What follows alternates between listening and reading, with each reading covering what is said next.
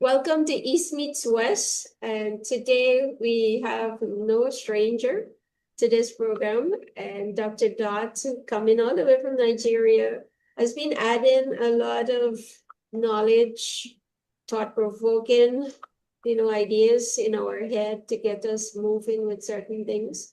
And he's here today again to, have a discussion on some aspect of leadership. And we do believe the first person to lead is yourself, and then you can lead others. So this program is all about your leadership development, helping you to be a better leader in your organization and the impact that you can create. So Dr. Dot has given us some of his time today, and we're going to be talking about developing your team, developing this young generation that is coming into the workplace. How do you build trust? Especially with all the things that are rapidly changing in this world, uncertainty all around. How do you build trust with your team? And we're going to also talk about identifying future leaders in your organization. So this is just a little taste of what we're going to be talking about today. But I do want to let Dr. Dot tell me a little bit.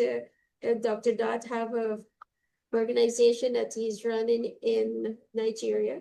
And he has this big project, it's amazing the work and the vision that, Dr. Dot has for his people there in Nigeria.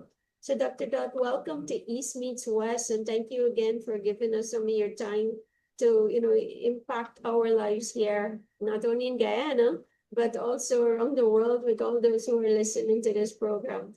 Tell us a little bit about your organization and what do you guys do there? Thank you very much, Shanti. It's a delight. I'm really very excited to be with you again on your exciting pod. I run an organization here in Nigeria that I founded 2012. That's after my doctorate degree. And it's actually called Patrice Empowerment Initiative. Patrice, Patrice. Patrice is from the word patriot.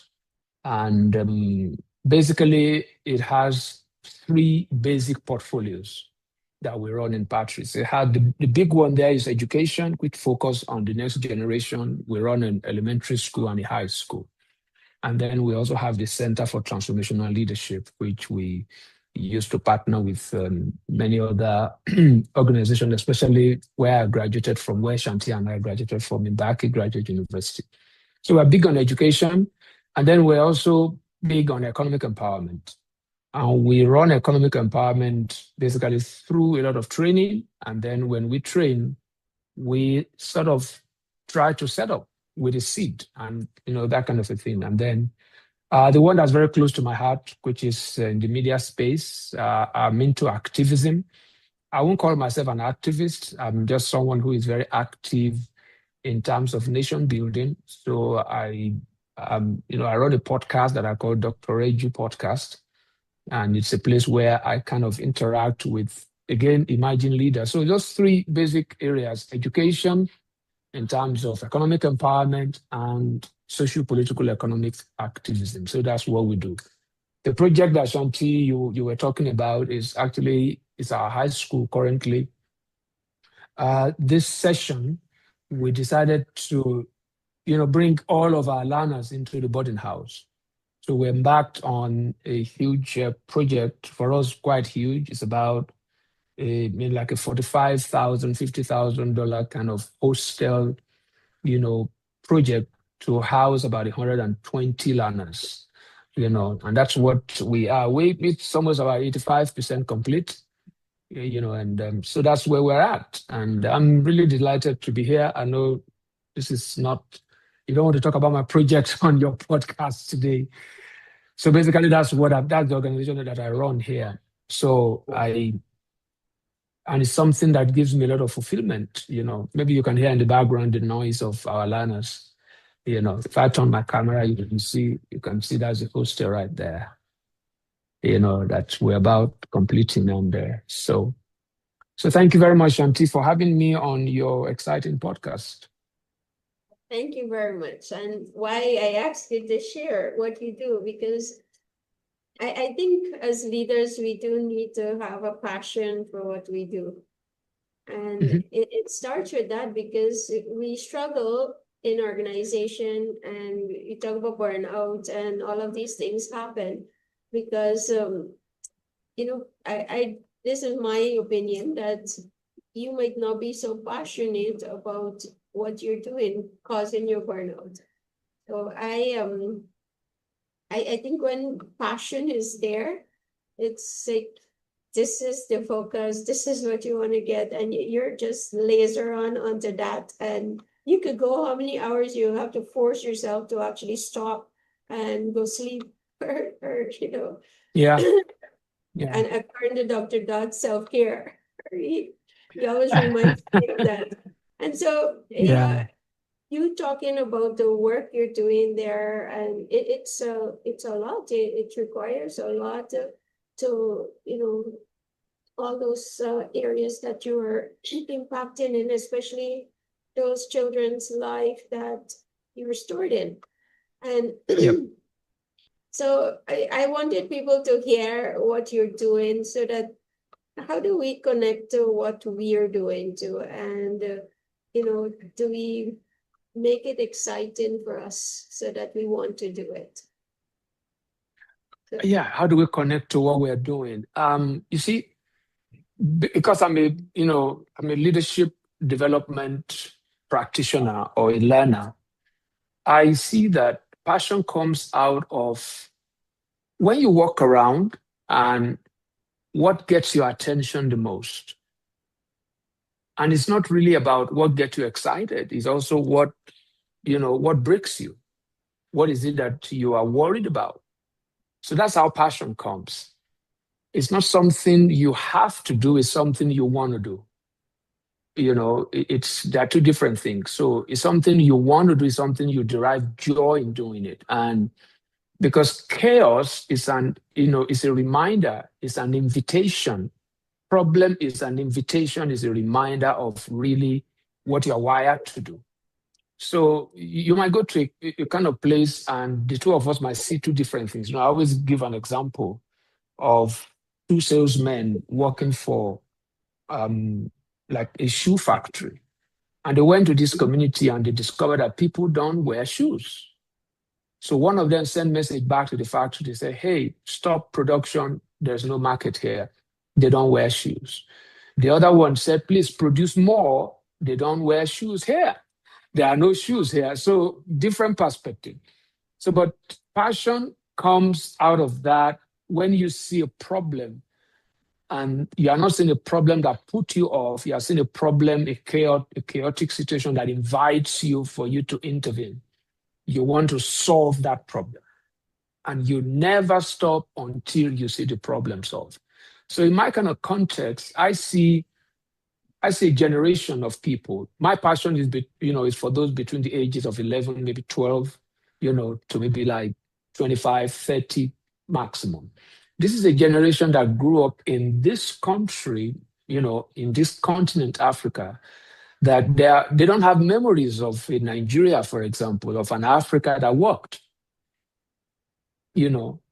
But I was privileged to be part of a nation that worked. I was in the university where I lived like a king in the university campus. I was in high school where high school was free and it was qualitative. But these kids have never seen that.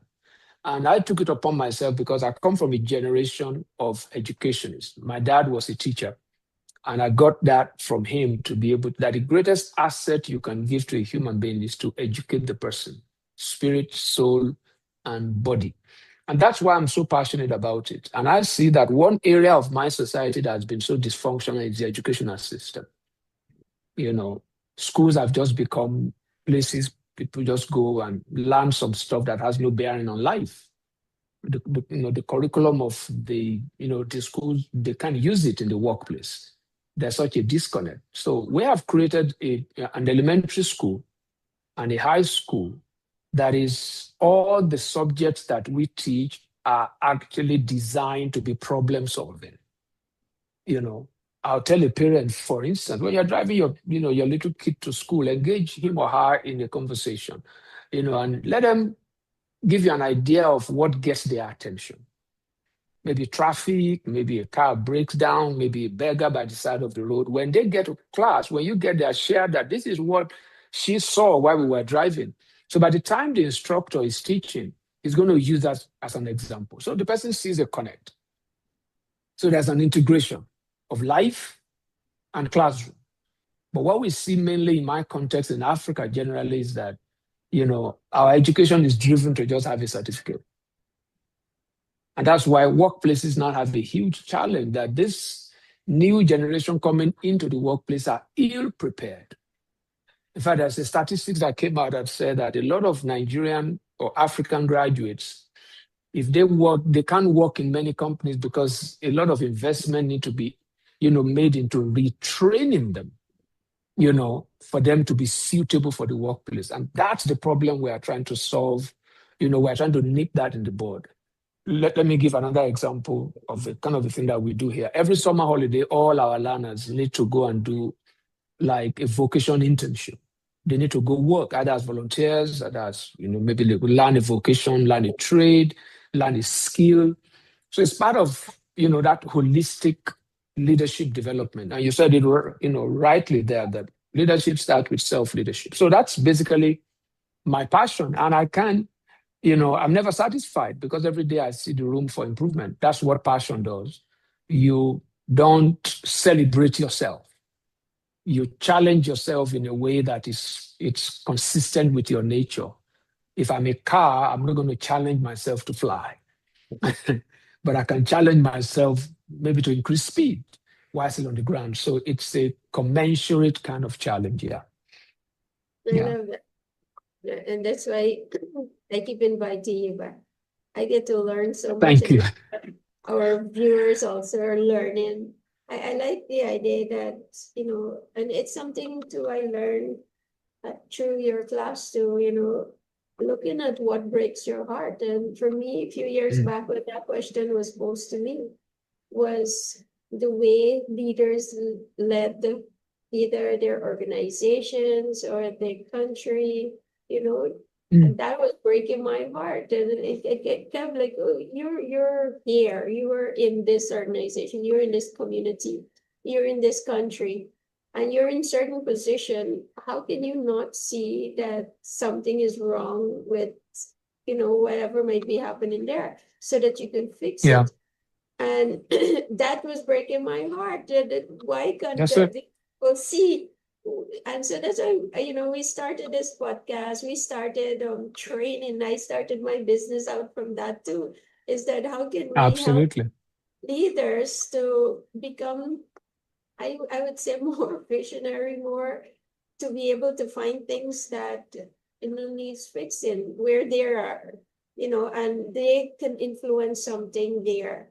And give them, that mindset that, look, I am there. It's my responsibility to see that things are done better. And it's my responsibility that my people are taken care of.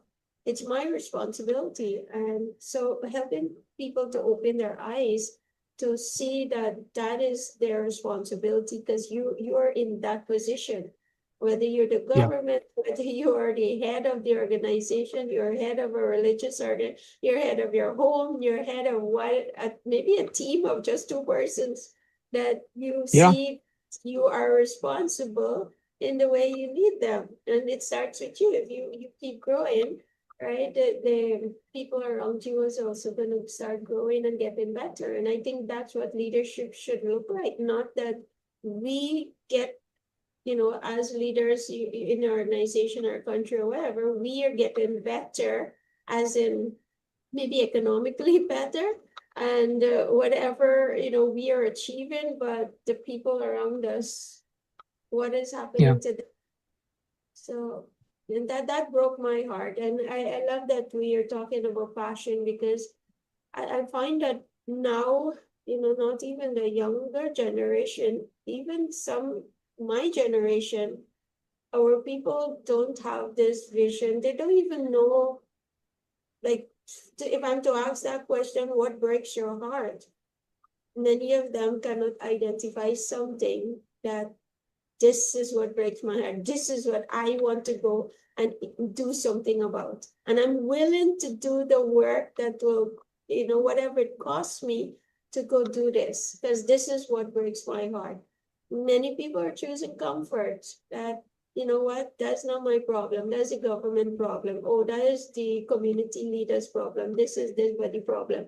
That's not my problem to solve. So I take a back seat. Yeah, it's a blame game. They are, they've been tricked into a culture of blaming. You see, most Gen Zs they are angry. They are angry. And, I was listening to a podcast before we came on. There's a conversation between Trevor Noah and this very popular senator from the United States, Bernie Sanders. And Trevor Noah asked him a question: how will you advise, the Generation Zs today? And he said that they need to, direct their anger aright.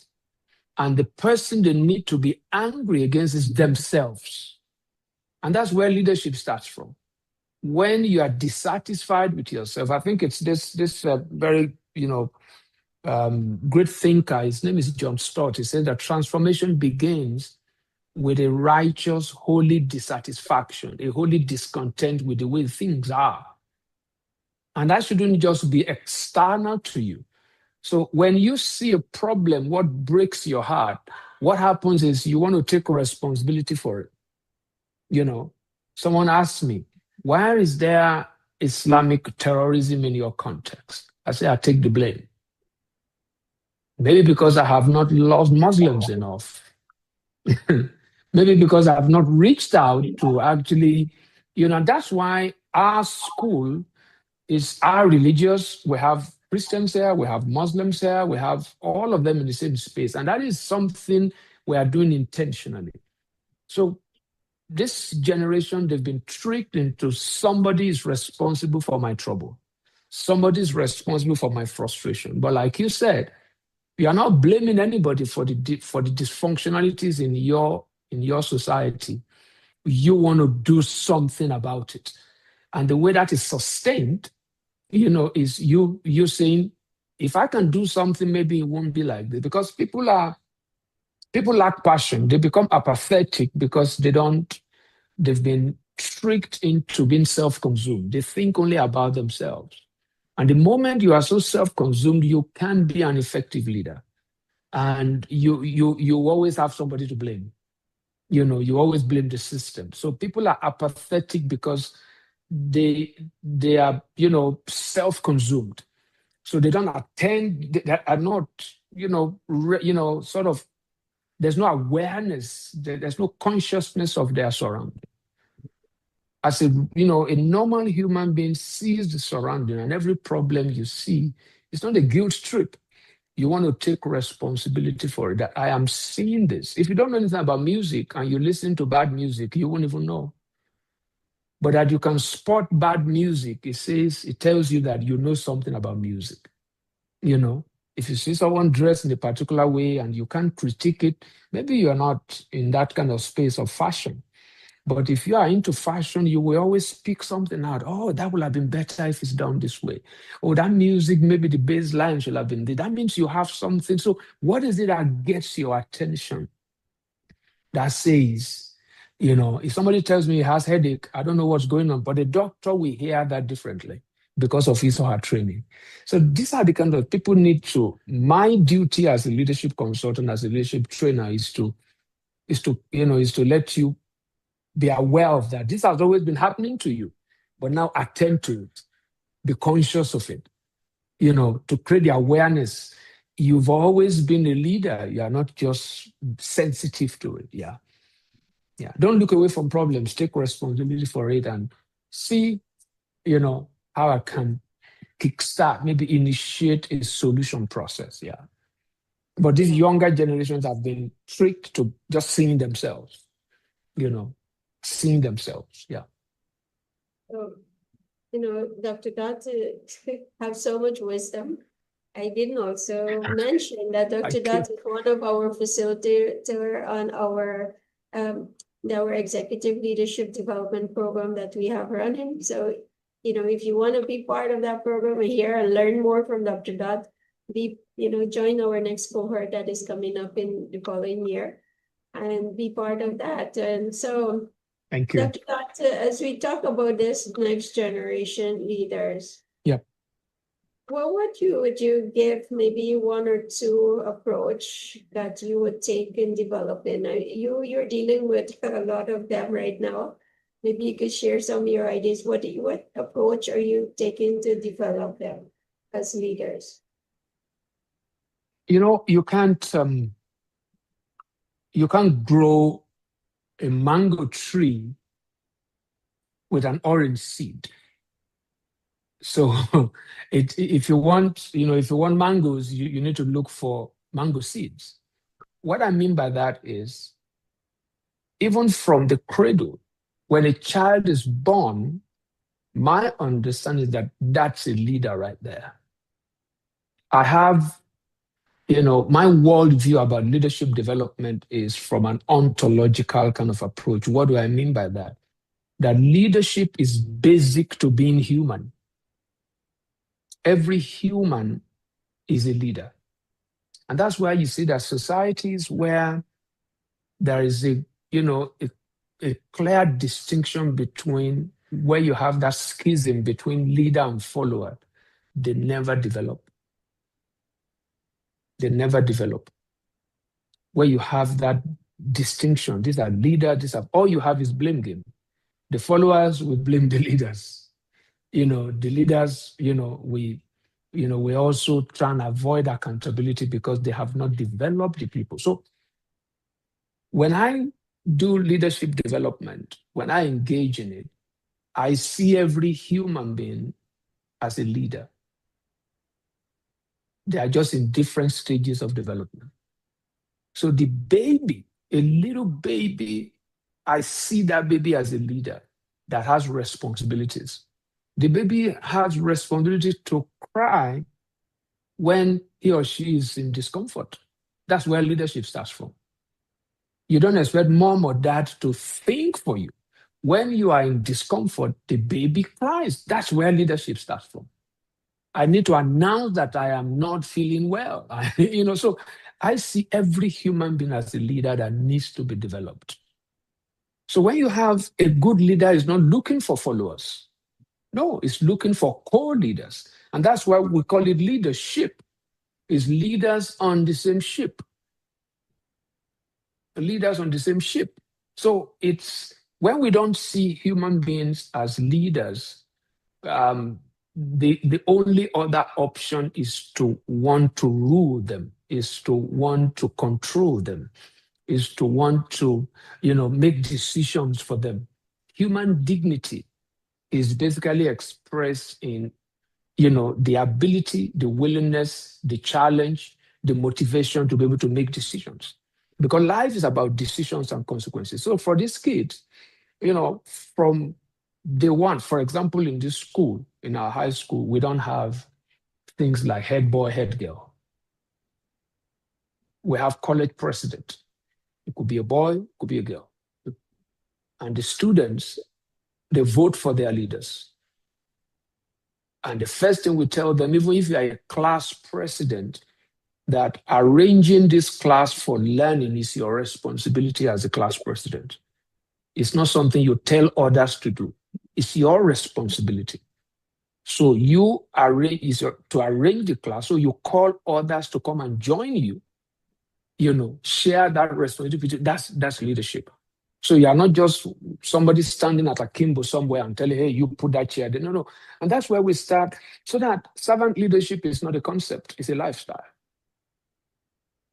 The leader serves and he called others to come and join. So that's how I identify leaders that can be developed. My belief system, my worldview is that every human being is a leader. And they need, for example, we have the common phrase in our high school, and I got it from an American general. He said, if you want to rule the world, start by laying your bed in the morning. If you want to rule the world, start by laying your bed where you wake up. So that's how, because you can't separate leadership from responsibility. And that's why we say that, like you rightly said, that leadership starts from self-leadership. If I set a rule, can I obey my rules? If I say I'm going to wake up at 5, can I wake up at 5? If I don't wake up at 5, can I rebuke myself? Can I be angry at myself and be provoked, be challenged to make amends, to make adjustments? So that's what we're trying to do. So how do I spot?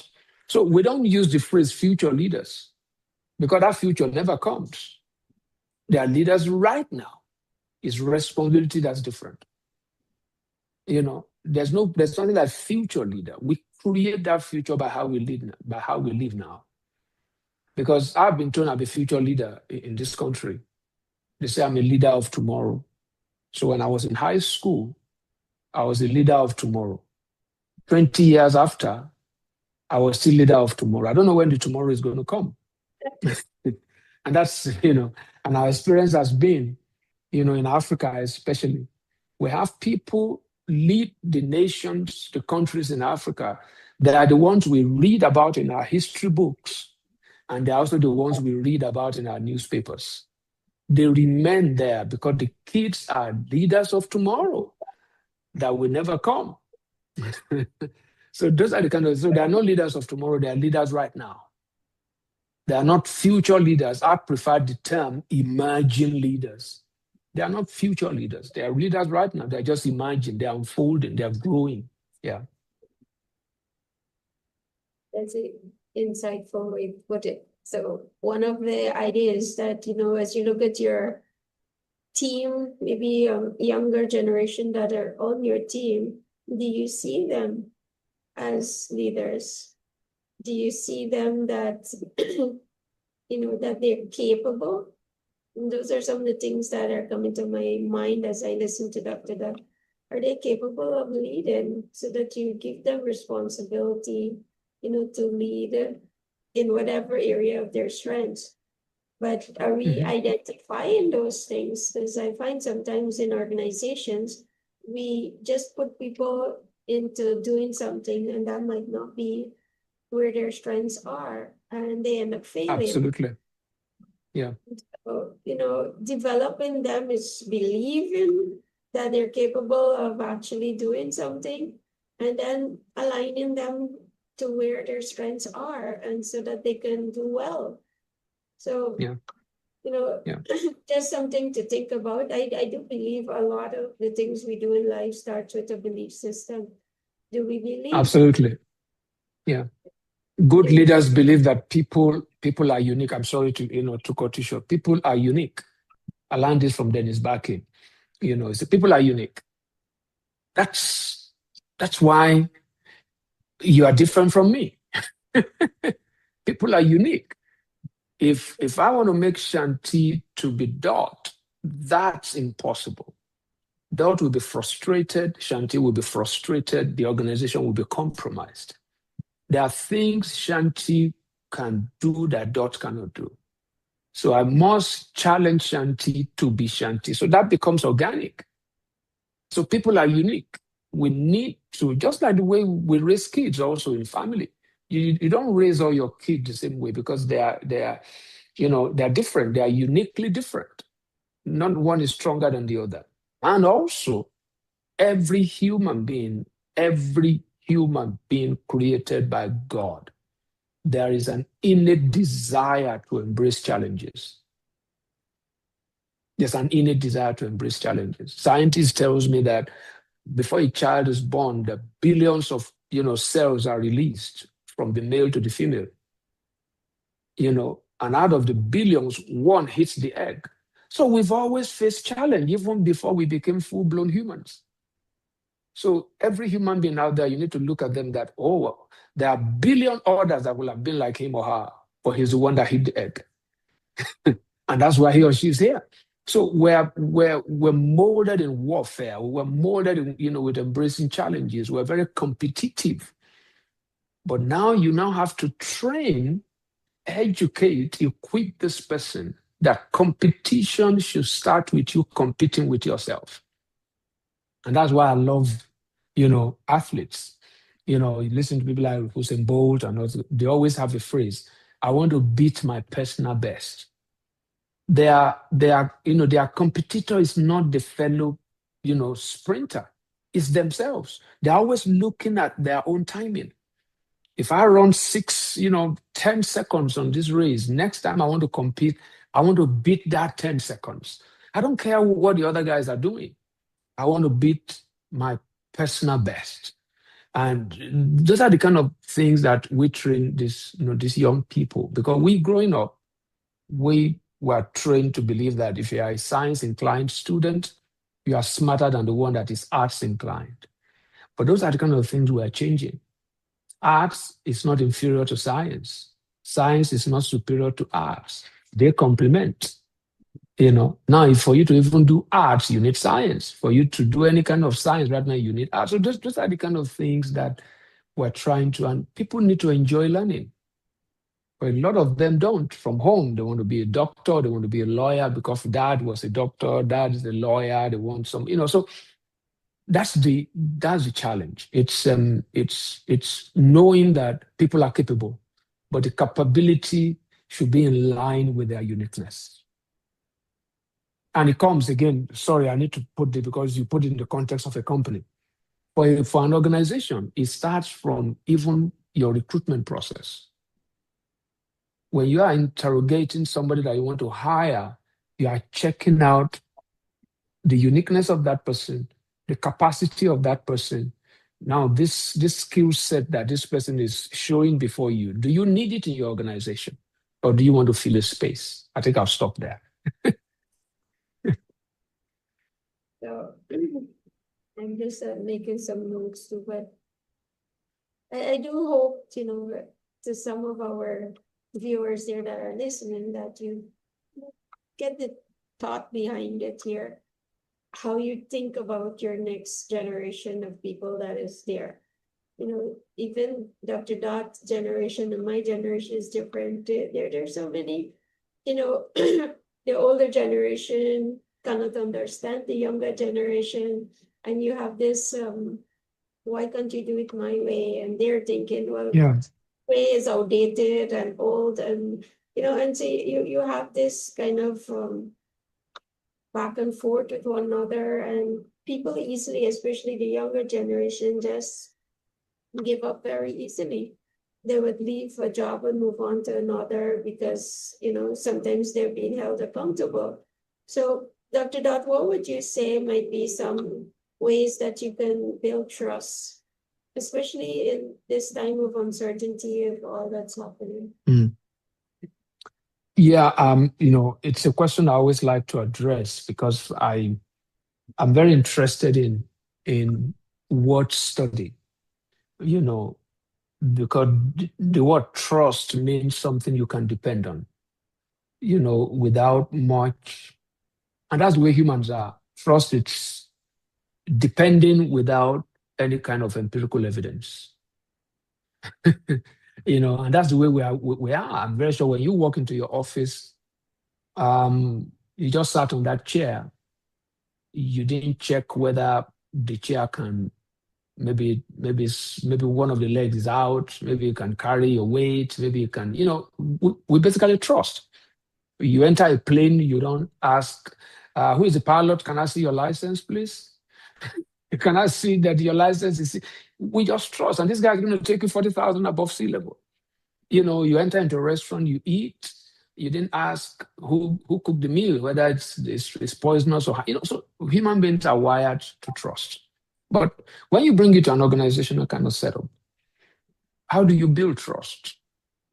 You want to offer yourself as somebody that can be trusted. You build trust by not demanding trust, not expecting people to trust you, but that you want to trust people. You want to trust people. You want to be able to risk trusting people. The way I risk standing on this ground, not knowing that there could be an earthquake. If I live my life that the earth can just give way, I will never live. I will never be able to take decisions. So I when I talk to teams, I said, hey, when you come into a team, don't expect people to trust you. You decide to trust people. It's like love, you know. Love, you don't want, if you want to be loved, you are going to be you are going to be depressed, you are going to be frustrated. You decide to love people.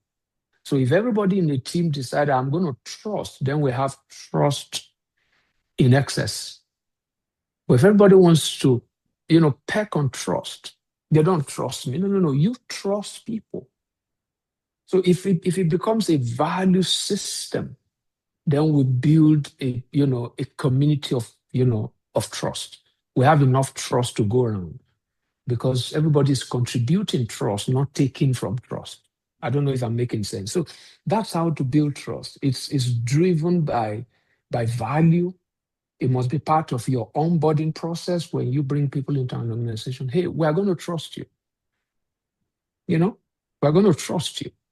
We're going to, give you access to, this might be a bit extreme. We're going to give you access to our bank account. Not that you can take money out of it, but we're going to, and that's why sometimes, because I spent I spent close to 2 decades in the banking industry.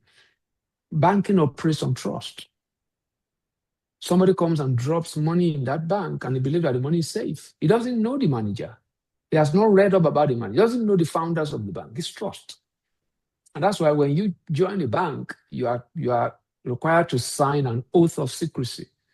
The easiest way to lose your job in a bank is to betray trust. Like me going to tell your bank details to somebody who doesn't need it. That was my upbringing in terms of trust. Because they told me in the bank, people keep their money here out of trust.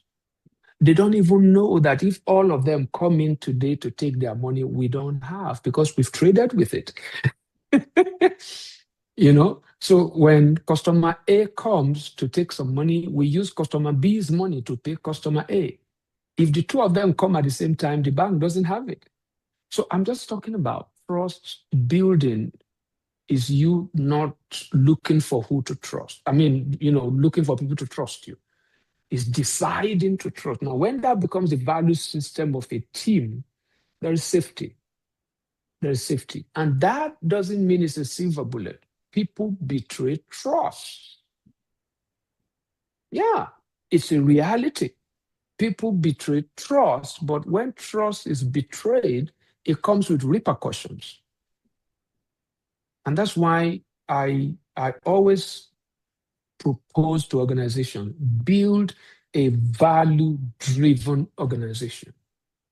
The values of the organization should be the highest level of authority in the organization. A lot of organizations are personality-driven. They are not value-driven. Even if you are the founder, you submit to the values. It's the values that reward, it's the values that promote, it's the values that appraise, it's the values that fire, it's the values that hire. So the values of the organization is the highest level of authority. And everybody, that's why orientation is very important in organization, even in family. I was talking to my staff today about communication. Sometimes the information stops at a point. It doesn't get to the person that needs to carry it out. We just keep it at top level. So it has to be value driven, and value must be at the very core of the organization. It's like the steel in a pillar. At every point of that pillar, that steel is a consistent, kind of reality. So it's so important. It's very difficult for humans, to submit to values, but that's the way we're wired. We are supposed to be governed by things that are bigger than us. That it's like values are like oxygen. I can't say I don't need oxygen again. Values are like law of gravity. I can't say I don't believe in law of gravity and I walk into a high-rise building and I walk off. It doesn't matter whether I believe in it or not. The law of gravity, that's something we have to intentionally do. So how do we build trust? Build values. When you build it, communicate it, and then model as the top level, model submission to it. Model you submitting, respecting those values. And then it just trickles down. Yeah. That's Just trickles down. the example. I do see that many organizations actually have values, and some who don't have values, they have something that they call values, but yet nobody know any of these things. They're not seeing it in their leaders, and so sometimes when I go into organization, I ask them about their values. You know, the employees will say that those things, I don't know whoever is living them because I don't see this in my boss. And you're Exactly. telling me now to come and live this here, but the senior people in this organization don't live any of this. So why should I? Yeah, the values is just a beautifully framed kind of statement on the wall. But those values need to become humans. Some people need to embody the values, that they become the face of the organization. They need to live it out in their appearance, in the way, so it's because values are cherished ways of life and living that is non-negotiable. Yeah. And everybody needs to understand it. Everybody needs to, it's their cherished ways of life and living. It's the lifeblood of the organization. And everybody needs to embody that. Yeah. Easier said than done, though. Yes. Yeah, it must be Work. consciously done.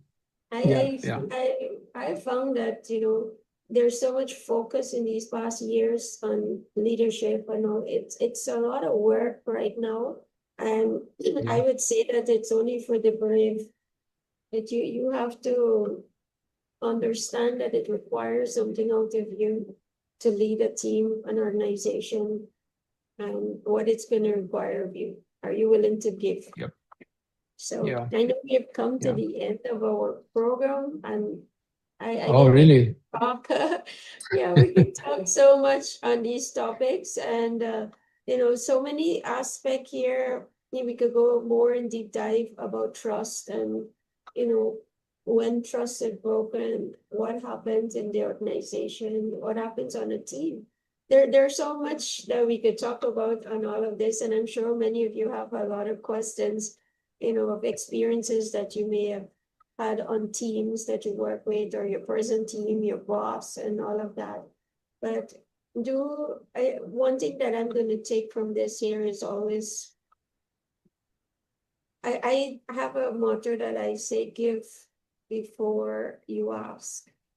And so starting with you trusting, provide that where, what, I trust you. I am not gonna ask you to trust me right now, but I will trust you, and then I will demonstrate, why you should trust me. I have to say, always give more than what you're asking for, and look at you. Yes, people they're human beings. They will do something that might break that trust at some time. Sometimes might be intentional, might be unintentional, and it's what happens. Now you need to know how you will work around that, and what actions maybe you need to take as you move forward. Many times I found that when trust was broken, is that we also didn't do our due diligence to put certain things in place to, protect whatever needed to protect. And it opened our eyes to go fix it.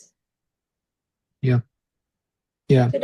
So when you have an organization where trust values like a lifeblood, also my final word will be that also know that humans are fallible. Trust can be broken. So it's like, again, maybe from my banking days, when we give out a credit facility, apart from the fact that we have maybe fallback position in terms of maybe security collateral and things like that, we also make provisions. What if this person doesn't pay?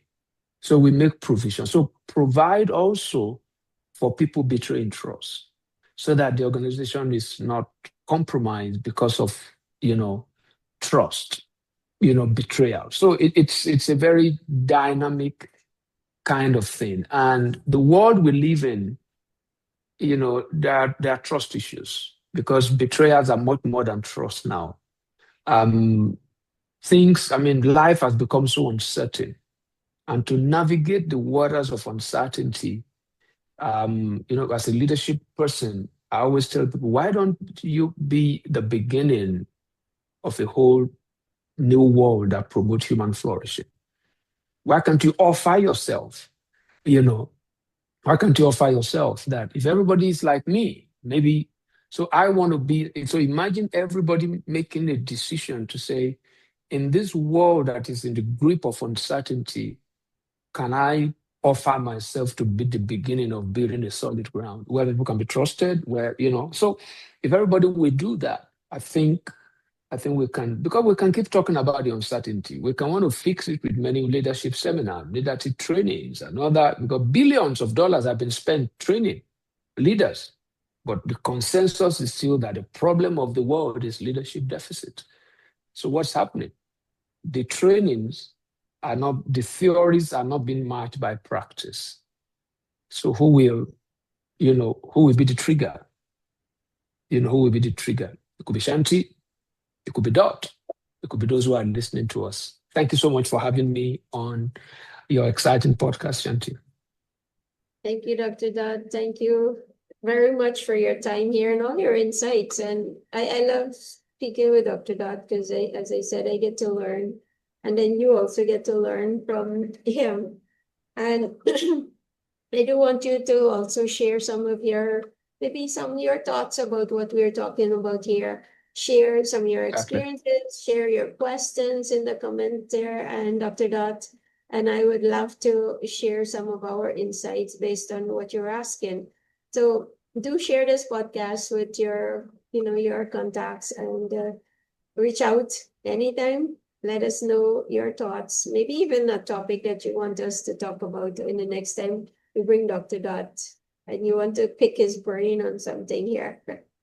But reach out to us and even Dr. Dot too and his organization and, see where your passion lies and start doing something about it. Don't sit on it. Time is going, life is going by, and make it count. Make each and every one of your day count. So thank you guys and stay well. Dr. Dot again, thank you so much for being on the program. Thank you.